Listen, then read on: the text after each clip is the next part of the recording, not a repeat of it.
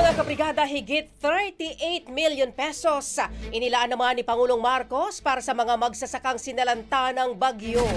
Brigada Maricar Sargan, ibrigada mo. Brigada Live Report. Iniutos ni Pangulong Ferdinand Marcos Jr. ang agarang tulong para sa mga magsasakang matinding naapektuhan ng nagdaang mga kalamidad na tumama sa bansa. Ayon kay Palace Press Officer Claire Castro, nasa 38.9 million pesos na halaga ng intervention ang ilalaan ng pamahalaan. Batay sa datos ng Department of Agriculture, umabot na sa halos 1.4 billion ang pinsala sa agrikultura dulot ng bagyong Nando at Opong, partikular sa taniman ng palay at mais.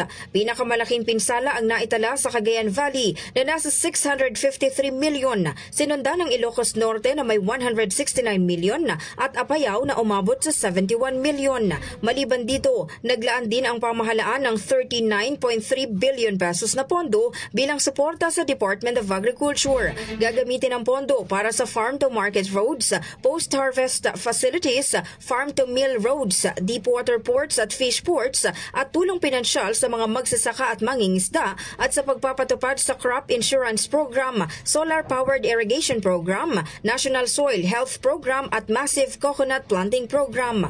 Ayon sa Malacanang, pangunahing layunin ng pondong inilaan ang mabilis na pagbabalik ng kabuhayan ng mga magsasaka at ang pagpapatuloy ng produksyon ng pagkain.